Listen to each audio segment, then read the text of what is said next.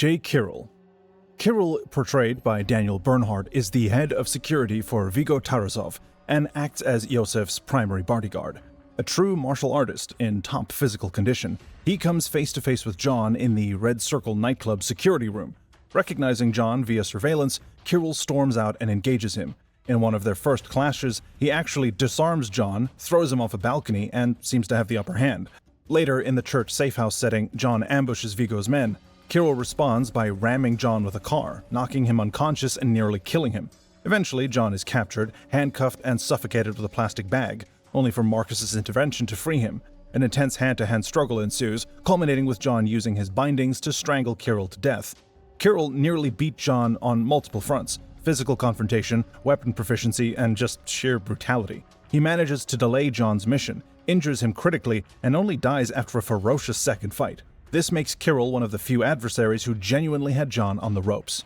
But before we explain every person that actually beat John Wick, a real quick ask that if you're new to the channel or haven't subscribed yet, please hit that subscribe button now. It's one small click for you, but a huge deal for us. Thanks. Viggo Tarasov. Viggo Tarasov is a powerful crime lord and John's former employer. He becomes John's primary adversary after his son provokes Wick's wrath. In their climactic fight on the docks, Viggo stabs John in the abdomen with a knife, exploiting John's wounded state. But it's a calculated move. John lures him in, manages to break his knife grip, and counters with a fatal stab to Viggo's neck. Throughout the film, Viggo orchestrates a massive hunt using assassins and discussions with his son and henchmen. He comes closest to beating John when he orchestrates John's capture at the church safehouse and leaves him to suffocate via plastic bag, though his failure is due more to Marquis's interference than his own misstep. Except, of course, that villains seem to forget to double tap all the time. So while Viggo doesn't frequently engage in physical combat, he nearly orchestrated Wick's downfall. His calculated threats, manipulation, and final naval duel make him a significant threat who inflicted real injury and leverage over John, even if he does ultimately lose, like everybody else. Viggo's men, the Red Circle and Safehouse fights. Viggo's men, including henchmen at the Red Circle, church safehouse, and general mob enforcers, pose serious challenges to John. During the legendary Red Circle nightclub assault, John cuts through a wave of heavily armed guards using his gun-fu technique. Despite his dominance, he receives a gunshot to the chest from Kirill. Fortunately, the bulletproof vest obviously saves him. At the church, after John sets fire to Viggo's blackmail materials, a brutal shootout ensues with numerous armed men. Viggo's men, backed by Kirill's brute force tactics, actually knock John unconscious using a car. Later, they capture and tie him up, signaling that they have nearly triumphed before Marquis intervenes. These men repeatedly demonstrate that John is not untouchable.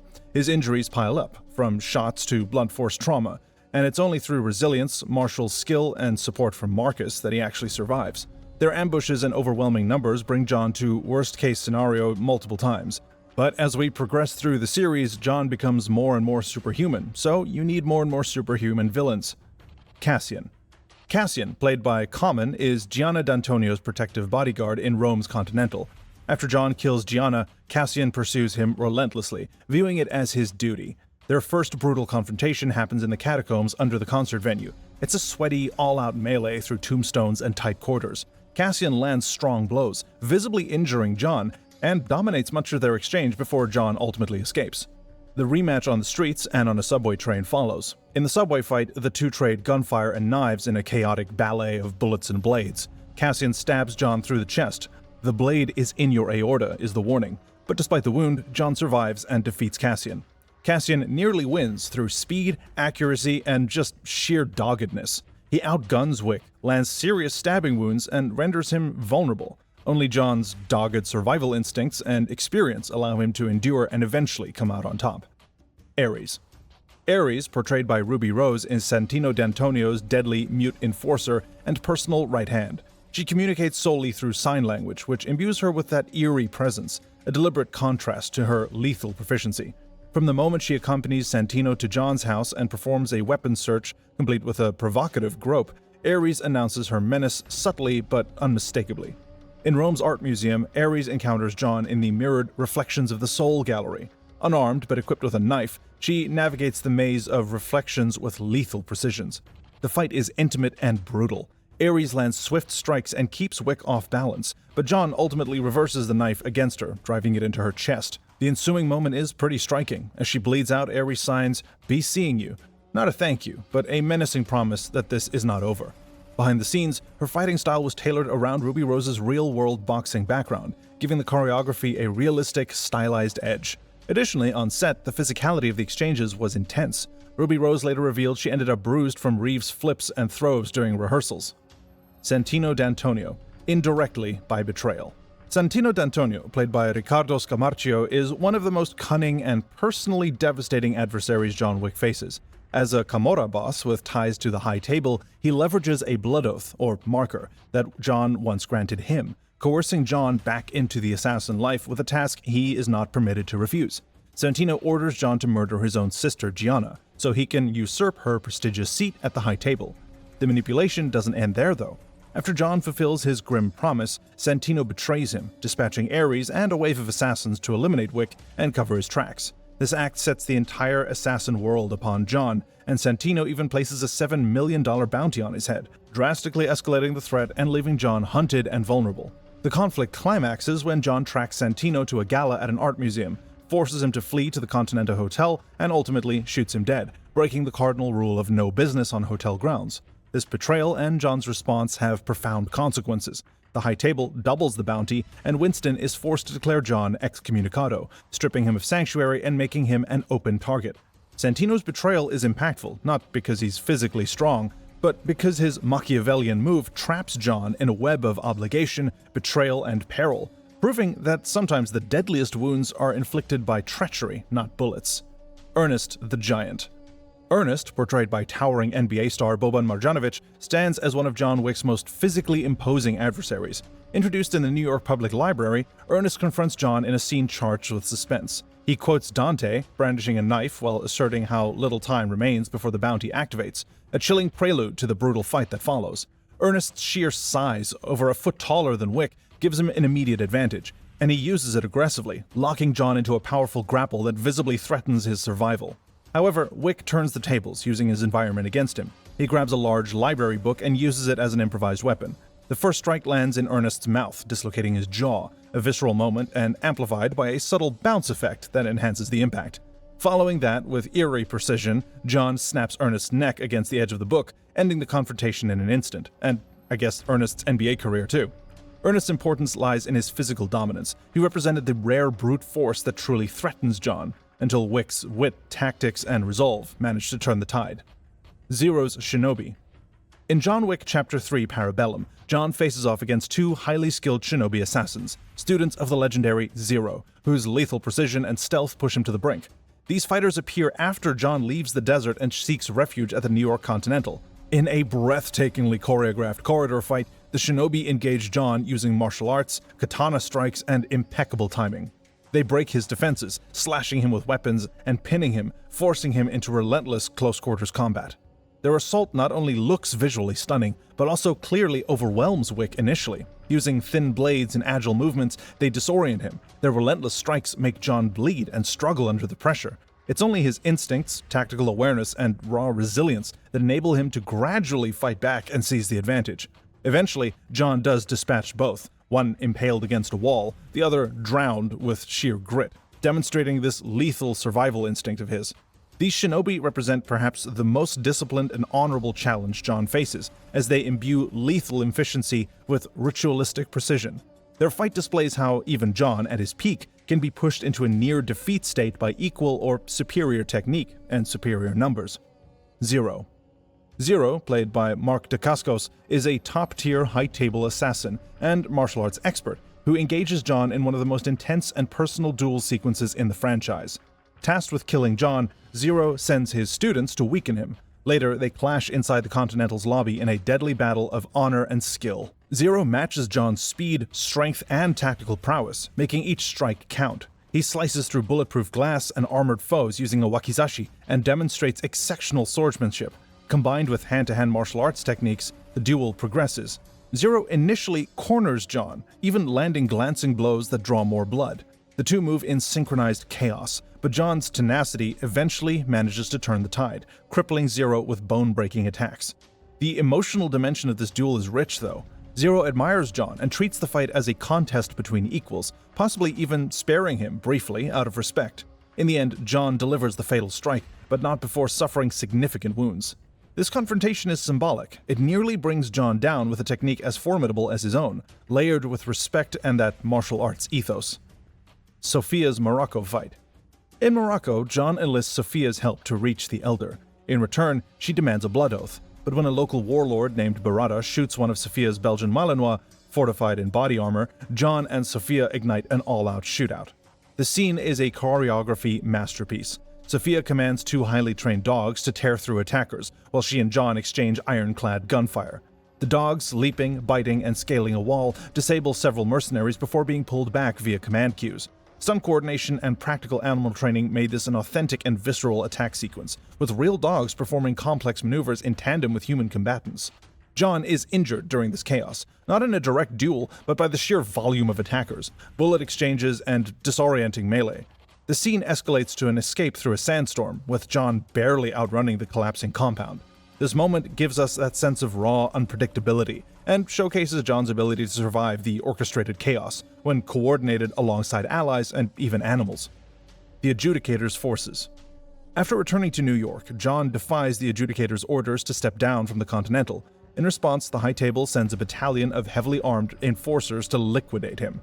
John battles through tactical men clad in ballistic vests and carrying heavy weapons. Despite fighting against near-impervious forces, John tactically disarms and eliminates them using explosive ordnance, nail guns, and gunfire. Their strength, numbers, and armor slow him down, though. They push him to the limits of his endurance. It's in these moments that John's desperation really intensifies. Bullets barely faze them, and he has to exploit environmental weaknesses in order to prevail. This ambush represents a kind of strategic defeat attempt rather than a personal duel. Nevertheless, the brutal efficiency of High Table enforcers nearly overwhelms him. Only John's experience, adaptability, and sheer determination carry him out of the ambush alive. Winston. Winston, played by Ian McShane, long portrayed as John Wick's ally and the steadfast manager of the Continental, executes one of the most shocking and ambiguous moments in the franchise. At the climax of Parabellum, there's a tense standoff on the roof of the Continental between Winston, John, and the Adjudicator. Winston suddenly shoots John, causing him to fall off the building in a seemingly brutal betrayal. However, it's deeply questionable whether this act was a genuine betrayal or a calculated maneuver. Winston targets John's armored suit, suggesting he intended non-lethal damage, or to create the appearance of betrayal to satisfy the High Table while leaving John's survival to fate. His refusal to check the body, coupled with the Bowery King's comment, "I'd have done the same in his place," reinforces the theory that Winston orchestrated this to both preserve his position and protect John. In later chapters, Winston's return, even after being excommunicated, adds more complexity. It appears he gambled on John surviving and used his apparent betrayal as a ruse to placate the Adjudicator. Killa Harkan. Killa Harkan, the imposing German High Table enforcer and nightclub sovereign in Chapter 4, is one of the few opponents who physically overpowers John Wick at the start. His bulk and sheer muscularity make him a formidable opponent. Cinematic choreography has John Wick being tossed around like a rag doll under Killa's blows. Their electrifying fight unfolds in Berlin's neon-lit club, where Killa exploits John's fatigue with bone-crushing slams, wall impacts, and crushed defenses. John eventually responds with tactical restraint, allowing the Ruska Roma to reinstate him if he kills Killa, leading to a brutal finale, a precision stab, and spine-snapping twist. Strategically, Killa is a rare match for Wick physically. Only sheer strategy and unwavering resolve enable John to surmount this catastrophic disadvantage. Chidi. Chidi, played by Marco Zaror, the Marquis de Gramont's right hand and leader of the Myrmidons, is one of the most brutal and enduring foes John faced in Chapter 4.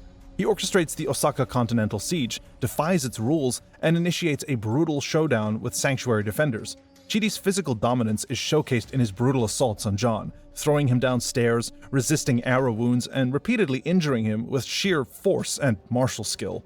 In Paris, Chidi continues to relentlessly chase Wick up the Montmartre stairs, pushing him to his limits. Despite nearly defeating John, Chidi is eventually stopped by Mr. Nobody's dog and later shot by John, showing just how close Wick came to failing.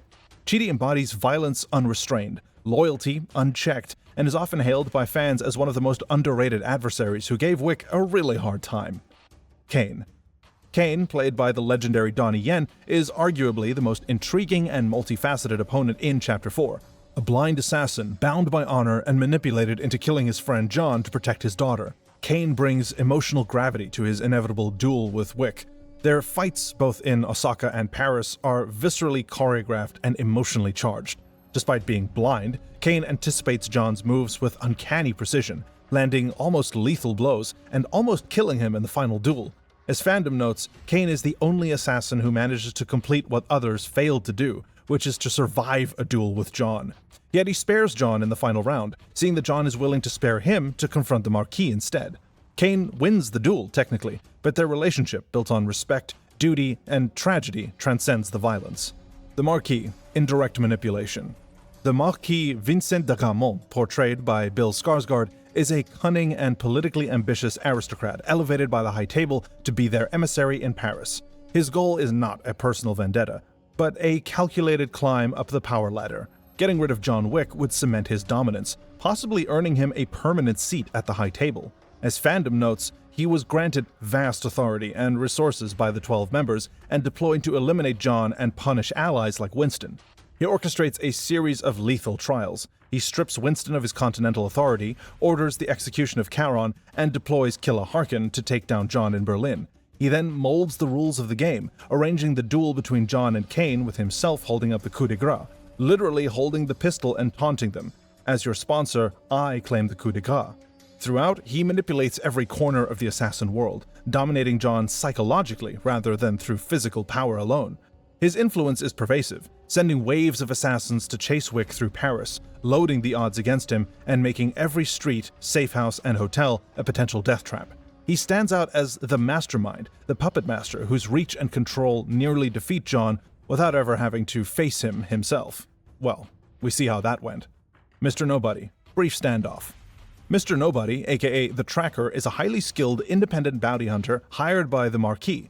Fandom confirms he works freelance, hunting those wanted by the High Table, and that he uses a trained attack dog as his partner. His role is nuanced. Initially, he tracks John in Osaka, observes the situation, and even participates in the skirmish inside the Continental, yet he refrains from lethal strikes. He deems the bounty insufficient to risk his own life or reputation. Later in Paris, Mr. Nobody negotiates terms with the Marquis, who tests his loyalty by stabbing him, forcing him to maim himself, demonstrating just how twisted the power structure is.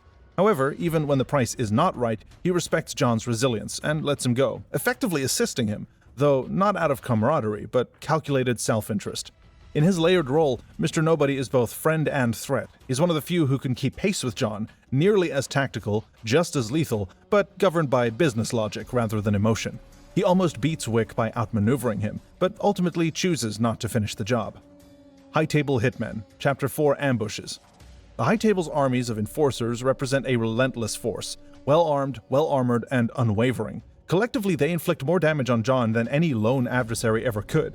In Chapter 3, as John defies the Adjudicator, he's flooded with armored hitmen inside the New York Continental. These heavily protected operatives force Wick into extreme measures. He must resort to armor-piercing rounds and environmental hazards to survive the onslaught. In Chapter 4, the stakes are raised even higher. In Osaka, the streets of Paris, and especially around Sacré-Cœur, John is pursued by waves of skilled assassins. They nearly prevent him from reaching the duel. He's shot, stabbed, run down by cars, each ambush pushing him closer to collapse. Here, John is not facing an opponent. He's facing an entire syndicate, the might of institutional violence itself. These scenes emphasize how the most formidable challenge is not a single face-off, but surviving the institutional power that is the High Table, manifesting through endless killers willing to die to take him down. And that was every person who beat John Wick explained. What are your thoughts? Which one's your favorite? Is it Donnie Yen? I bet it's Donnie Yen. Leave a comment below, and don't forget to subscribe to the channel so you don't miss these deep dives and strange lore. We'll see you in the next video. Thanks.